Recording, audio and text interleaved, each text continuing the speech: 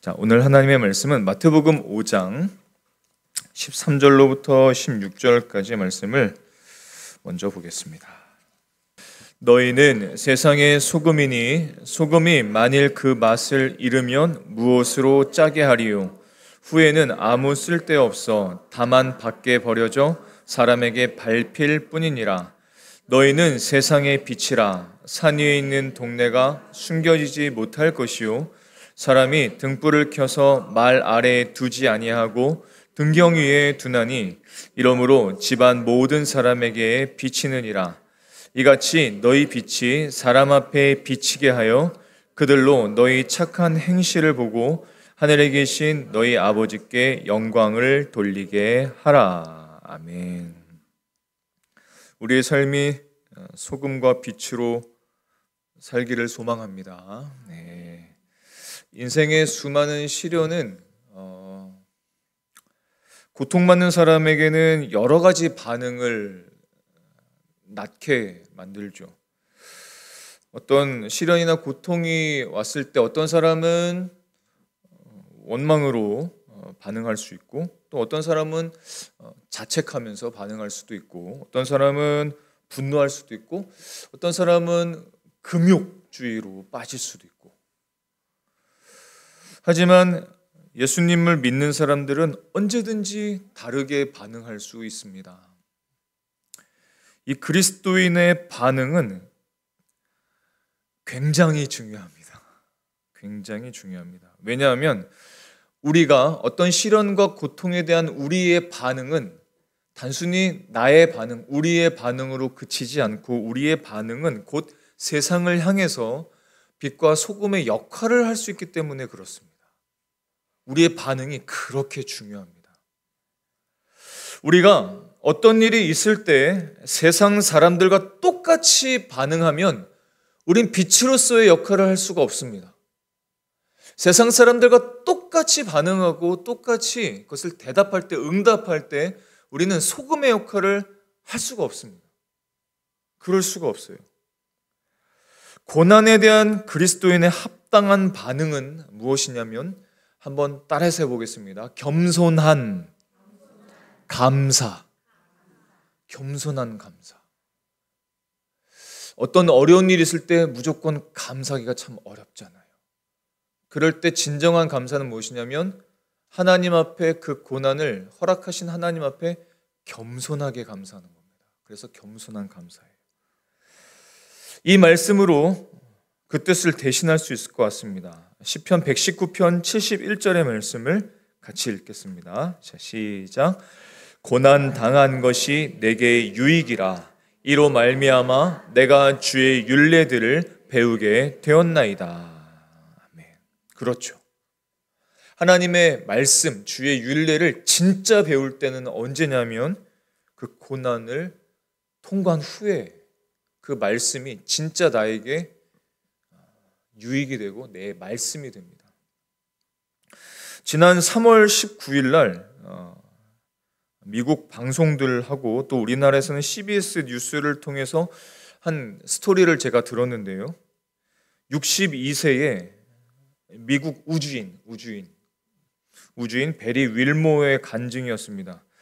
자, 이 사람이 9개월 전에 일주일짜리 임무를 가지고 우주로 나갔습니다. 우주선을 타고 우주로 나가서 국제 우주 정거장으로 갔습니다. 그런데 고장이 났어요.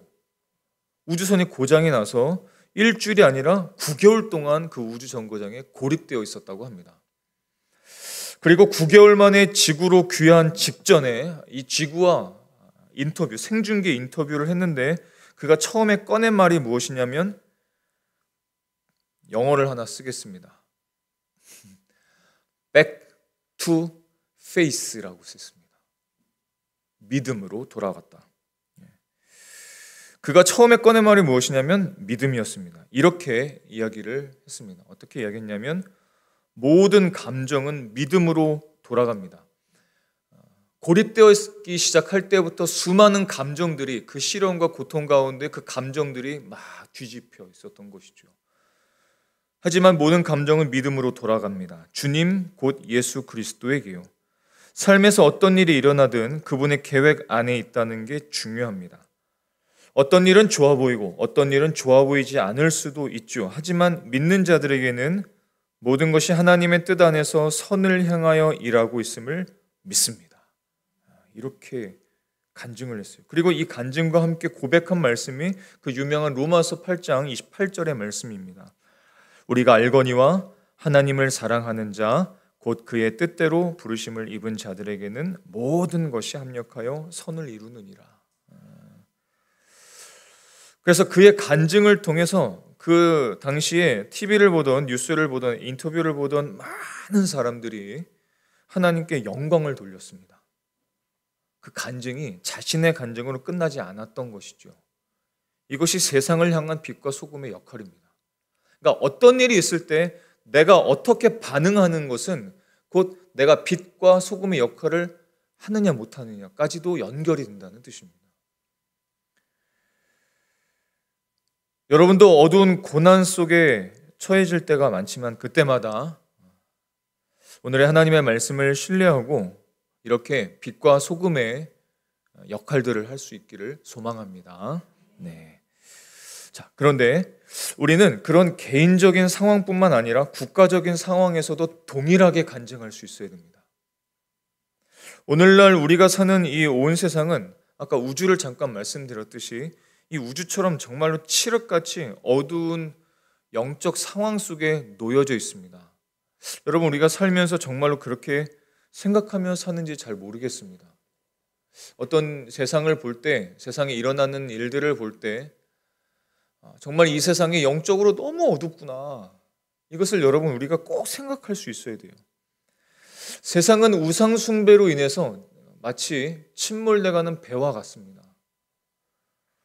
사람들은 자기 자신을 사랑하는 자기 우상에 빠졌고 성적인 방종, 별의별 문란한 것들과 또 분노와 여러 가지 죄와 허물 때문에 마치 정말 침몰해가는 배와 같아요. 연이어서 우리의 마음을 어둡게 하는 그런 산불이나 싱크홀이나 국제적인 혹은 국가적인 재난의 소식들도 계속 들리고 있습니다. 자, 이런데 이때에 우리는 조금 전과 같이 세상 사람들과 똑같은 반응을 해서는 안 됩니다. 그게 중요합니다. 똑같은 반응을 하면 빛과 소금의 삶을 살지를 못하는 거예요. 믿음의 반응을 우리는 할 수 있어야 합니다. 만물의 주권자는 하나님이심을 우리는 꼭 기억해야 될 줄로 믿습니다. 시편 24편 1절에 이렇게 말씀하셨죠. 땅과 거기에 충만한 것과 세계와 그 가운데에 사는 자들은 다 여호와의 것이리라. 다 하나님의 것입니다. 오늘 우리는 대통령 파면이라는 소식을 접했습니다. 이에 대해서 많은 사람들은 저마다 반응을 내밀고 자신에게 유리한 말들을 하고 있고 어떤 사람들은 분노하고 어떤 사람들은 춤을 추고 어떤 사람들은 그 다음에 무엇을 해야 되느냐 이런 말들을 계속 나오고 있죠. 세상 사람들이 하는 반응 우리가 똑같이 해서는 안 됩니다. 아마도 다음 주에는 다음 대선일이 공고가 될 것이죠. 그리고 아마도 행정법상 2달 안에 우리는 새로운 대통령 선거를 다시 해야 됩니다. 2달 안에. 우리가 빛과 소금으로 정말로 부름 받았다면 세상에 빛의 역할과 소금의 역할을 정말로 해야 된다면 우리가 오늘 이날 이 밤에 우리가 정말로 해야 할 반응은 바로 기도입니다. 기도를 해야 됩니다. 세상 사람들과 똑같이 춤추거나 분노할 필요가 전혀 없습니다. 그래서는 안 됩니다. 교회는 그래서는 안 됩니다. 나라를 위한 기도를 우리가 해야 하는데 2가지 말씀을 가지고 같이 함께 기도하고자 합니다. 하나는 예수님께서 친히 말씀하신 본문이고요. 하나는 나라를 위한 사도 바울의 간절한 기도의 제목입니다. 자, 마태복음 23장과 로마서 10장의 말씀을 우리 같이 한번 읽어볼 텐데요. 먼저 마태복음 23장 37절로부터 39절까지 말씀을 읽어보겠습니다. 자, 시작. 예루살렘아 예루살렘아 선지자들을 죽이고 암탉이 그 새끼를 날개 아래에 모음같이 내가 내 자녀를 모으려 한 일이 몇 번이더냐. 그러나 너희가 원하지 아니하였도다. 보라, 너희 집이 황폐하여 버려진 바 되리라. 내가 너희에게 이르노니 이제부터 너희는 찬송하리로다. 주의 이름으로 오시는 이여 할 때까지 나를 보지 못하리라 하시니라.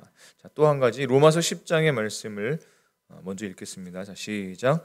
형제들아, 내 마음에 원하는 바와 하나님께 구하는 바는 이스라엘을 위함이니 곧 그들로 구원을 받게 함이라. 내가 증언하노니 그들이 하나님께 열심히 있으나 올바른 지식을 따른 것이 아니니라. 하나님의 의의를 모르고 자기 의의를 세우려고 힘써 하나님의 의에 복종하지 아니하였느니라. 이 두 가지 본문은 우리가 나라를 위해서 무엇을 놓고 기도해야 될지를 말씀해 주시는데 하나씩 우리가 함께 나누고자 합니다. 두 가지 본문의 공통점은 나라를 위한 예수님과 사도 바울의 간절한 기도였습니다. 마태복음은 예수께서, 또 로마서에서는 사도 바울이 자신의 민족을 위해서 정말로 이 자신의 모든 장기가 끊어지는 것 같은 그 고통을 느끼면서 기도를 했어요. 그리스도인이라고 자부하는 사람들과 그 교회들이 저마다 기도를 아마 시작할 겁니다. 그 기도하는 내용들을 잘 보면은 좀 아쉬울 때가 너무 많은 것 같아요. 정말 그 기도 제목이 하나님의 마음에 합한 기도 제목인지 의심스러운 기도 제목들이 넘치고 있습니다. 저와 여러분은 그런 소리에 휩쓸리지 마시길 바라요. 휩쓸리지 마시고 하나님의 말씀으로 하나님의 뜻 안에서 기도할 수 있는 저와 여러분이 되실 수 있기를 바랍니다. 오늘날 대한민국이 이렇게까지 자유로운 국가로 생존할 수 있었던 것은 어떤 정당 때문이 아니라 하나님의 은혜 때문입니다. 너무 분명한 일이죠. 또한 분명한 것은 무엇이냐면 이 민족을 위해서, 이 나라를 위해서 희생하고 기도했던 믿음의 선배들의 그 기도가 있었기 때문입니다. 그 기도가 없었다면 이 나라가 이때까지 이렇게까지 올 수 없었습니다. 나라의 한 백성으로 조국을 위해서 기도하는 것은 아이들이든 중고층 세대든 다음 세대든 어른 세대든 나이가 많은 세대든 동일하게 해야 되는 그리스도인의 거룩한 책임입니다. 나라의 위기를 보고서도 나라를 위해서 기도하지 않는다. 그것은 올바른 처신이 아닙니다. 거룩한 책임을 우리가 결코 잊어서는 안 됩니다. 로너드 목사님이라는 분이 계신데 그분께서는 이렇게 말한 적이 있죠. 기도는 인간의 가장 위대한 활동입니다. 기도하지 않는 그리스도인은 노는 것입니다. 기도하는 것을 대신할 것은 아무것도 없습니다. 이렇게 말했습니다.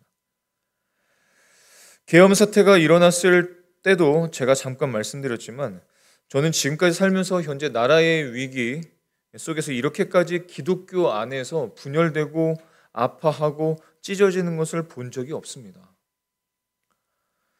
이단이 나타날 때마다 교회들은 함께 기도했죠.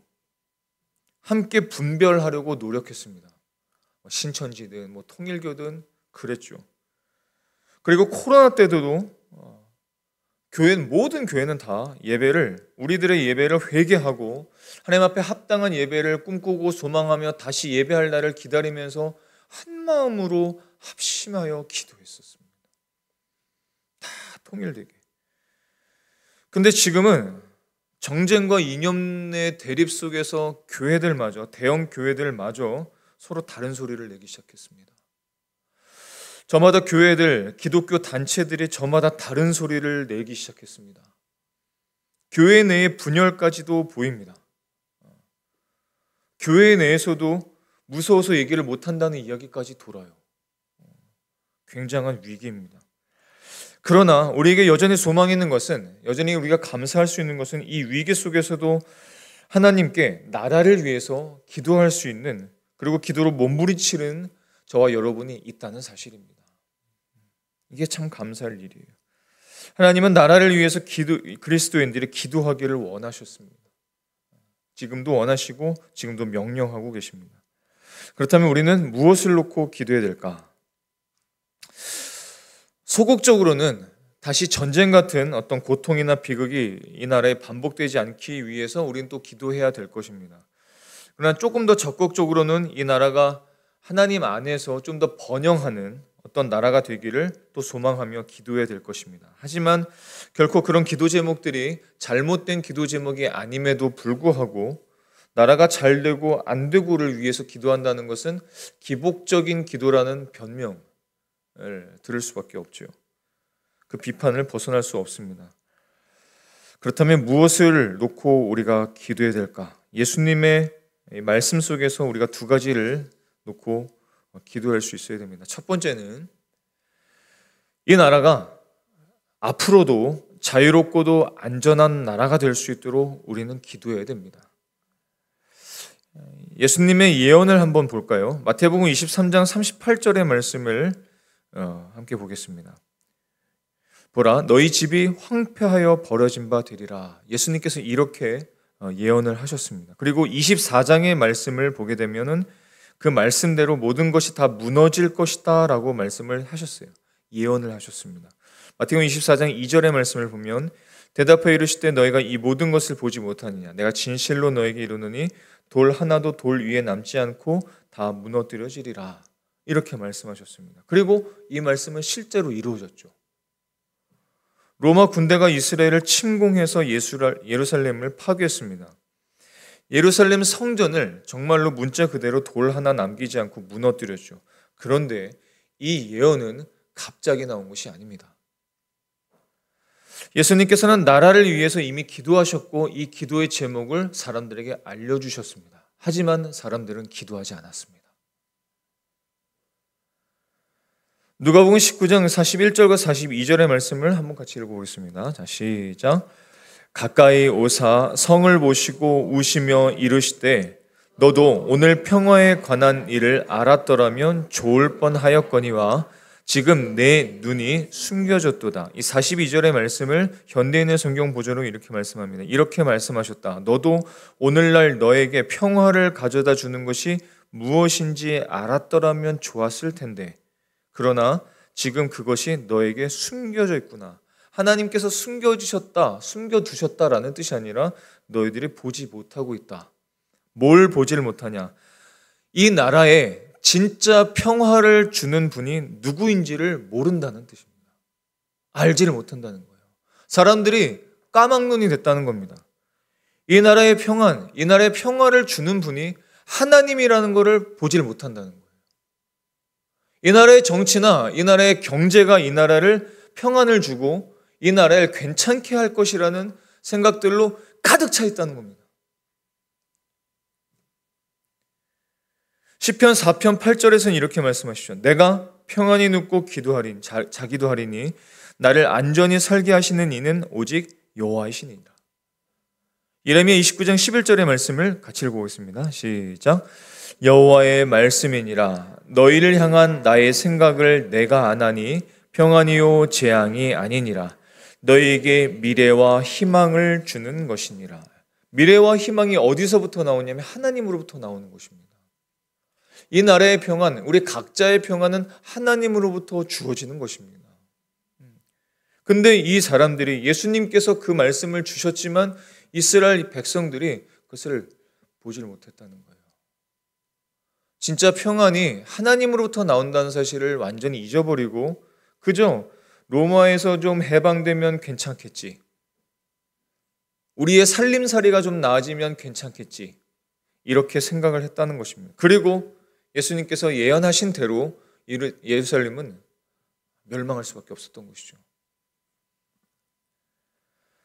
평안을 주신 분은 하나님이십니다.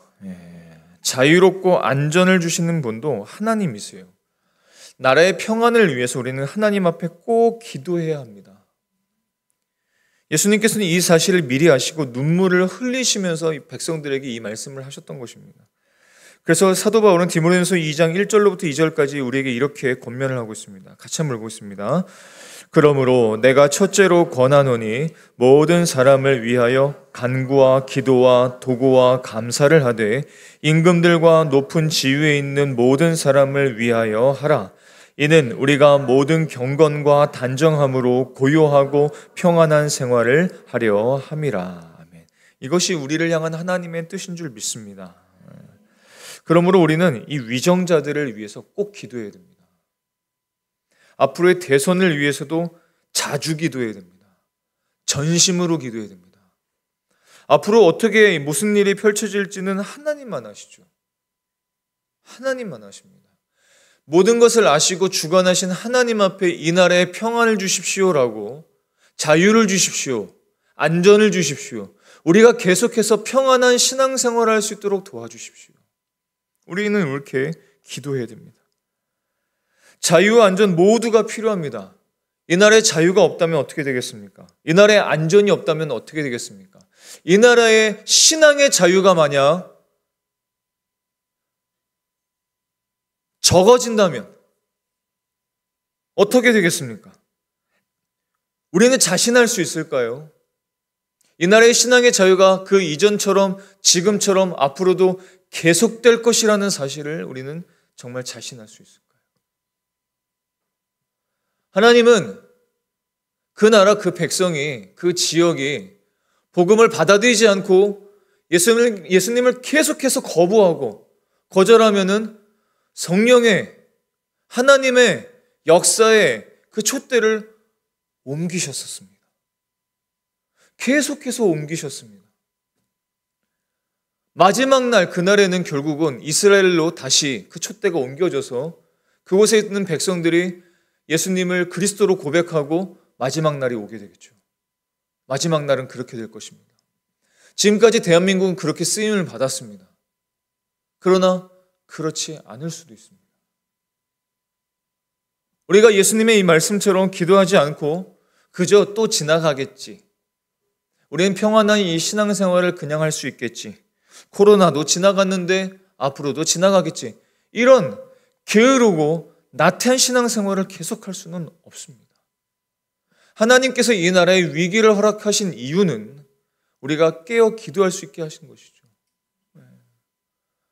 이 나라의 교회들이, 크리스찬들이 깨어있지 못하고 나태하고 게으른 편안한 그 신앙생활을 하면서 주님을 떠나고 주님의 말씀을 순종하는 것을 쉽게 여기고 하나님을 경외하는 것을 버려버리고 이 세상 사람들처럼 이 세상의 것들을 추구하고 그것을 추구하지 못하면 억울해하고 아파하고 억울해하는 이런 신앙생활을 하고 있으니 하나님께서는 이 위기를 허락하실 수밖에 없었을 것 같습니다.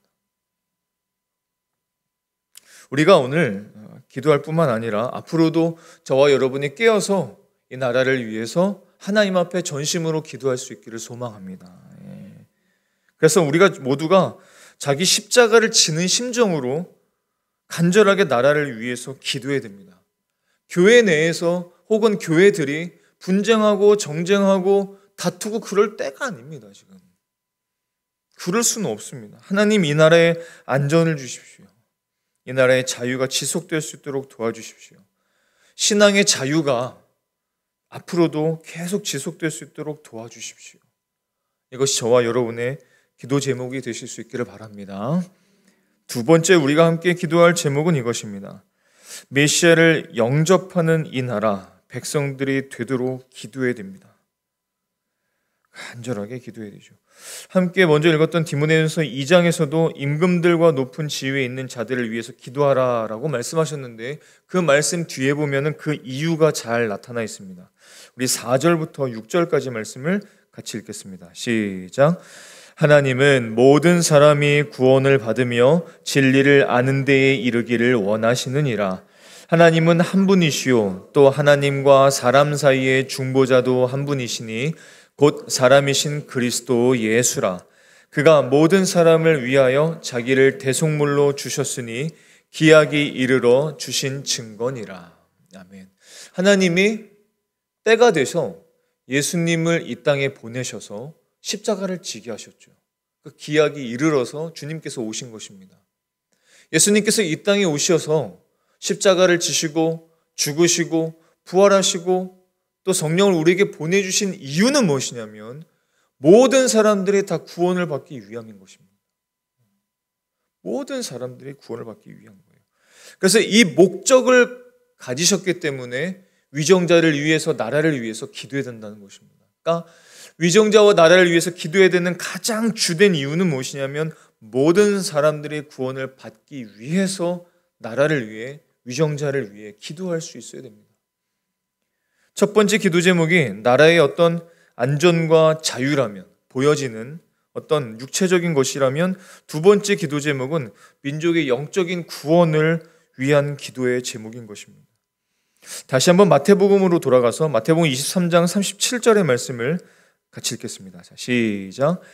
예루살렘아 예루살렘아 선지자들을 죽이고 내게 파송된 자들을 돌로 치는 자여 암탉이 그 새끼를 날개 아래에 모음같이 내가 내 자녀를 모으려 한 일이 몇 번이더냐 그러나 너희가 원하지 아니하였도다. 주님께서는 암탉이 그 새끼를 날개 아래에 모음같이 예수 믿는 자들을 모으려고 선지자들을 보내고 또 예수님을 보냈지만 어떻게 했습니까? 거절한 거예요. 지금도 이 나라에 예수님의 이름을 전하고 선지자들, 이 땅의 선지자들, 이 시대의 선지자들이 하나님의 말씀을 전하고 그렇게 하나님의 복음을 전하는데 그 메시지를 던져주는데 다시 오실 예수님을 영접하라. 그 날을 준비해야 된다. 하지만 그 메시지를 거부하고 예수님의 그 복음을 거절하고 있습니다. 이스라엘은 예수님을 메시아로 받아들이지 않았죠. 무관심했습니다. 예수님께서 직접 이적들이나 하나님의 나라를 전한 메시지를 던져주셨는데 마치 퍼부어 주시는 것처럼 하나님의 나라에 대한 메시지를 던져주셨고 선포하셨는데 백성들은 예수님을 영접하지 아니했습니다. 적대적이었습니다. 무관심했습니다. 지금도 비슷하지 않습니까? 예수님 믿는 거, 교회 다니는 거 사람들이 무시합니다. 적대적입니다. 교회 다닌다고 하면은 이 시대에도 교회를 다니냐고 말합니다. 천주교로, 불교로 돌아오라고 말합니다. 쉽게 얘기합니다. 그 상황 속에서 크리스찬들이 우리의 소망은, 내 인생의 소망은, 이 나라의 소망은 예수님밖에 없어 라고 말하지를 못합니다. 확신에 가득 차서 그렇지 않아. 예수님밖에 소망이 없어. 선언하지를 못합니다. 예수님께서 오셨을 때에 자기 백성이 예수님을 영접하지 아니하였습니다. 사도 바울도 이런 기도 제목으로 형제들에게 권면했습니다. 로마서 10장 1절의 말씀을 보면 형제들아 내 마음에 원하는 바와 하나님께 구하는 바는 이스라엘을 위함이니 곧 그들로 구원을 받게 함이라.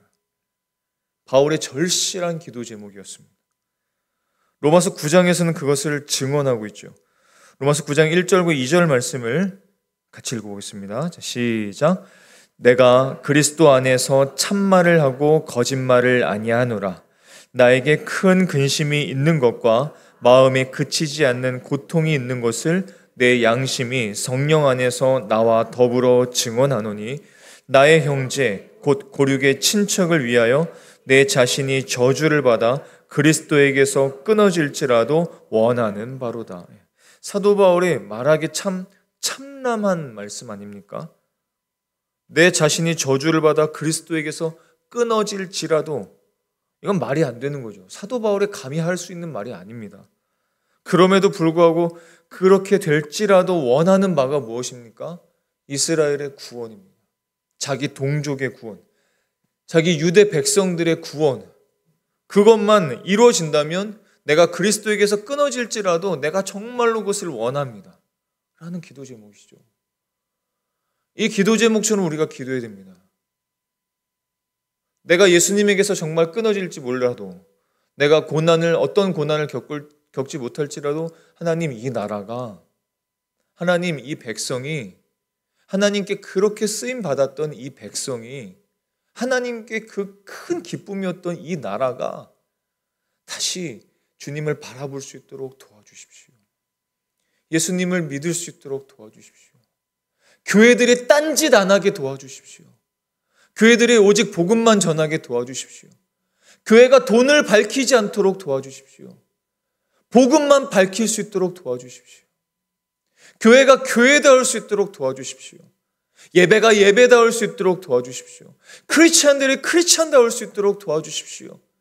청년들이 힘을 낼 수 있도록 도와주시고 장년들이 에너지를 뿜을 수 있도록 도와주시고 우리 노년의 세대들이 이 나라를 위해서 기도할 수 있도록 우리를 도와주십시오.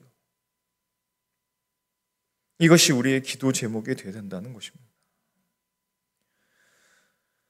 영적인 구원에 부흥이 없이는 나라는 소망이 없습니다. 나라의 예수 그리스도에 인한 영접과 그 구원과 그 은혜가 있지 않는 이상 민족의 내일은 없습니다. 이 나라가 이렇게 발전할 수 있었던 것은 교회의 발전과 교회의 부흥과 신앙의 발전과 예수님을 바라보는 신앙이 있었기 때문이죠. 사실 믿지 않는 사람들도 교회의 그 이유를 말합니다. 믿지 않는 사람들도 인정해요.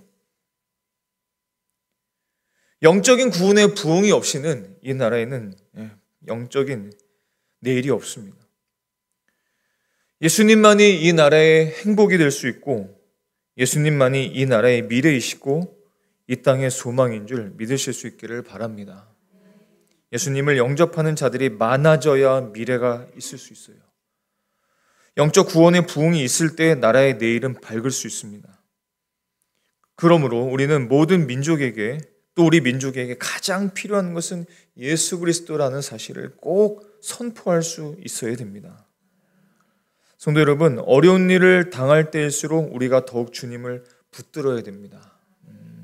지금 우리나라가 직면한 여러 가지 위기에도 불구하고 주님 앞에 돌아오는 백성들이 많지 않다는 사실은 너무나 안타까운 사실입니다.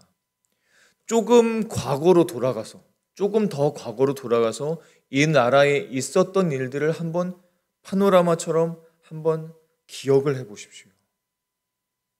2000년대가 지나서 여러 가지 많은 전염병들이 반복해서 나타나고 있습니다. 지진이든 어려운 일들이든 이상기후든 재난들이 반복해서 주기적으로 나타나고 있습니다. 사람들은 거부하고 반목하고 볼 줄을 몰라요. 하나님께서 주시는 사인들을 보지를 못합니다. 크리스찬들도 이 사인을 무시하고 자신의 삶에 매몰돼서 자신의 걱정에 매몰돼서 하나님께서 보여주시는 사인을 보지를 못합니다. 그저 이 세상을 어떻게 하면 즐길까? 이 세상을 어떻게 하면 행복하게 살까? 내가 이 세상을 어떻게 하면 뭔가를 좀 얻어낼 수 있을까? 크리스찬들도 거기에 빠져 있습니다. 나라를 위해서, 이 나라의 영적 구원을 위해서, 이 나라의 미래를 위해서 정말로 기도하는 자는 소수일지도 모릅니다. 하지만 하나님께서는 언제든지 그 기도하는 자들을 통해서 역사해 주셨습니다. 일하셨어요. 그 구루터기와 같은 자들의 기도를 통해서 하나님께서는 지금까지 복음을, 역사를 일으켜 주셨습니다. 이제 우리가 다시 그 바톤을 이어받아야 되죠. 기도해야 됩니다. 그 어떤 시대에서도, 어떤 어려운 시대에서도 하나님께서는 기도하는 자들을 쓰셨지 하나님을 거부하는 자들, 무시하는 자를 쓰신 것이 아닙니다. 하나님께서는 기도하는 자들을 사용하셔서 회복과 부흥을 허락해 주셨습니다. 이 나라의 민족의 영적 부흥과 구원을 위해서 기도할 때입니다. 하나님께서 이 땅을 불쌍히 여겨주시고 회복과 부흥을 허락하시기를 그렇게 기도하는 저와 여러분이 예수님을 붙잡는 이 시간이 되실 수 있기를 주님의 이름으로 축원합니다. 함께 기도하시겠습니다.